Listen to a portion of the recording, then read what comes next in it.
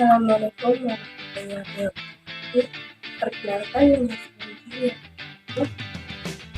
NIM saya 2021-121-108. Baik, di sini saya akan menjawab tugas dari anatomi manusia episode 5. Yang tugas pada slide pertama yaitu 1. Jelaskan definisi tulang pendek itu apa, kemudian berikan contohnya. 2. Apa itu yang dimaksud dengan tulang pipih, kemudian berikan contohnya. 3. Apa maksud dari tulang panjang dan berikan contohnya. Tugas selanjutnya yaitu menguraikan kemudian memahami istilah-istilah yang terkandung di dalam alat gerak pasif unit atau osteologi. Baik, saya akan menjawab yang pertama, yaitu 1. Definisi tulang pendek yang kita contohnya. Tulang pendek adalah tulang yang berbentuknya berlawanan dengan tulang pita atau tulang panjang. Sesuai namanya, tulang ini berukuran kecil dengan bentuk segi empat atau bulat. Tulang pendek juga berisi sumsum merah. Tulang pendek adalah tulang-tulang yang menyusun pergelangan tangan dan kaki. Contoh-contoh tulang pendek adalah ruas-ruas tulang belakang, tulang pergelangan tangan, dan tulang pergelangan kaki. Tugas yang kedua, apa itu tulang pipi beserta contohnya. Tulang pipi, bagian dalam tulang ini padat, keras, dan tidak berongga. Pada bagian bawah tulang pipi terdapat tulang spons yang berisi sumsum yang memproduksi sel merah, sel darah merah. Contoh yang termasuk tulang pipi adalah tulang tengkorak, tulang belikat, tulang dada, dan tulang rusuk. Tugas yang ketiga, apa yang dimaksud dengan tulang panjang? Tulang panjang yaitu tulang yang mengembang dari pemanjangan pada anggota epifise, bonggol tulang. Ujung dari epifise dibungkus oleh tulang rawan hialin. Pertumbuhan secara longitudinal ini mengakibatkan oleh osifikasi secara endokondral pada epifise. Tulang pita atau tulang panjang adalah jenis tulang yang berbentuknya seperti tabung. Strukturnya keras dan padat, sehingga tulang ini sering kali berfungsi sebagai fondasi dan tumpuan pergerakan. Di tubuh ada beberapa jenis tulang panjang yang masing-masingnya memiliki fungsi yang berbeda. Contoh dari tulang panjang adalah femur atau tulang paha, tibia atau tulang kering, fibula atau yang disebut tulang betis, hemorus, tulang lengan atas, dapat digolongkan ke dalam tulang panjang. 4. Tugas pada yang keempat yaitu menguraikan istilah yang terkandung dalam alat gerak pasif atau osteo. Salah satu kunci hidup sehat adalah terus bergerak aktif. Dengan bergerak, otot dan tulang dalam tubuh akan semakin terlatih. Tubuh pun menjadi lebih kuat dan tidak mudah terserang penyakit. Namun saat berbicara tentang bergerak aktif, rasanya sulit untuk tidak membahas sistem gerak itu sendiri, khususnya alat gerak aktif dan pasif. Saya akan jelaskan tentang apa itu sistem gerak aktif dan pasif. Saat ingin mengambil barang, Anda akan menjulurkan tangan dan meraih barang yang diinginkan. Proses ini termasuk begitu alami, tapi juga dengan berjalan hingga berlari. Namun di balik gerakan yang dinilai alami tersebut, sebenarnya ada mekanisme rumit yang terjadi di dalam tubuh. Tubuh dapat bergerak berkat adanya sistem gerak atau sistem muskuloskeletal. Sistem gerak sendiri terdiri dari dua jenis alat gerak. Alat gerak aktif yang terdiri dari otot-otot dan alat gerak pasif yang terdiri dari tulang. Otot disebut alat gerak aktif karena memiliki kemampuan untuk berkontraksi, melakukan relaksasi hingga menggerakkan sesuatu. Alat gerak ini memiliki 3 jenis sifat. Ketiganya meliputi kontraktilitas atau memendek saat kontraksi. Ekstensibilitas atau memanjang ketika relaksasi, yang terakhir adalah elastisitas.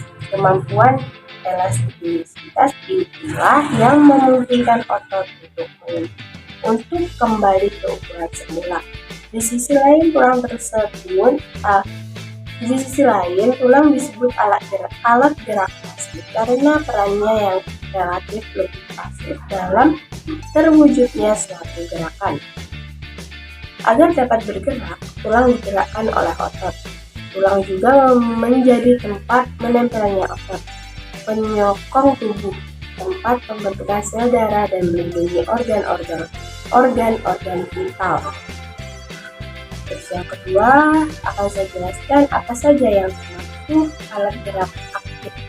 Seperti yang telah disinggung sebelumnya, otot merupakan alat gerak aktif yang memungkinkan terjadinya suatu gerakan berdasarkan cara kerjanya.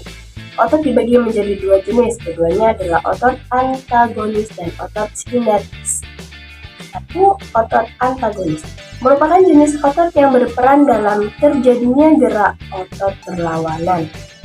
Salah satu contoh gerak otot berlawanan adalah gerakan menekuk lengan atau menekuk kaki. Karena itulah otot bisep dan trisep dapat digolongkan sebagai otot antagonis. 2. Otot sinergis. Untuk jenis otot sinergis, otot jenis ini memiliki karakteristik gerakan atau arah. Saat terjadi gerakan sinergis, kedua otot akan berkontraksi dan memiliki relaksasi secara bersamaan. Contoh gerakan yang dipicu oleh otot ini adalah tangan, menelengkup, dan menengadah. Selain dibedakan berdasarkan cara kerjanya, otot juga dapat dibagi berdasarkan bentuknya. Berdasarkan bentuk, otot dapat dibedakan menjadi otot polos, otot lurik, dan otot jantung. Yang ketiga, saya akan menjelaskan apa saja yang termasuk alat gerak. Otot memang bisa melakukan kontraksi dan relaksasi, namun tanpa alat gerak pasif atau tulang, bergerak aktif seperti berjalan, berlari, atau mengambil sesuatu tidak akan bisa dilakukan. Tulang sendiri dapat dibagi menjadi 3 jenis, yakni berdasarkan bentuk, berdasarkan sel penyusun, dan berdasarkan rangka tubuh. 1. Jenis tulang berdasarkan bentuk. Berdasarkan bentuknya, tulang dapat dibagikan menjadi 3 jenis, yakni tulang pipa. Sesuai dengan namanya, tulang pipa memiliki bentuk menyerupai pipa.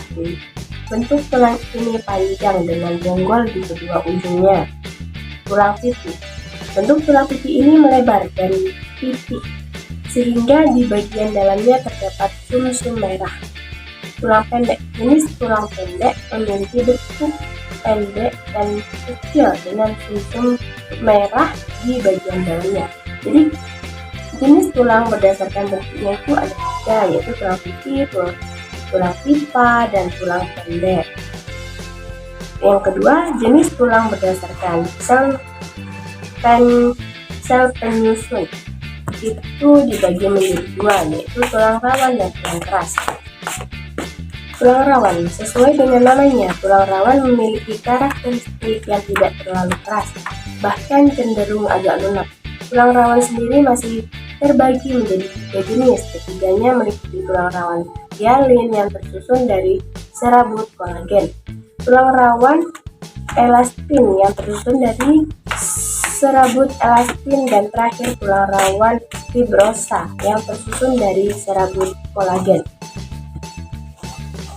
2. Tulang keras. Jenis tulang rawan keras memiliki struktur yang kompak namun memiliki rongga di dalamnya. Tulang jenis ini tersusun dari osteosit. Dan 3. Jenis tulang berdasarkan rangka tubuh. Jika diteliti dari rangka tubuh, tulang dapat dibagi menjadi 2 jenis, yakni rangka aksial dan rangka apendikular. Rangka aksial, tulang yang tergolong rangka aksial adalah tulang tengkorak yang terdiri dari tulang tempurung kepala dan tulang wajah. Selain itu, tulang badan yang meliputi tulang belakang, tulang dada, tulang rusuk, dan tulang panggul juga dapat dimasukkan ke dalam jenis rangka aksial.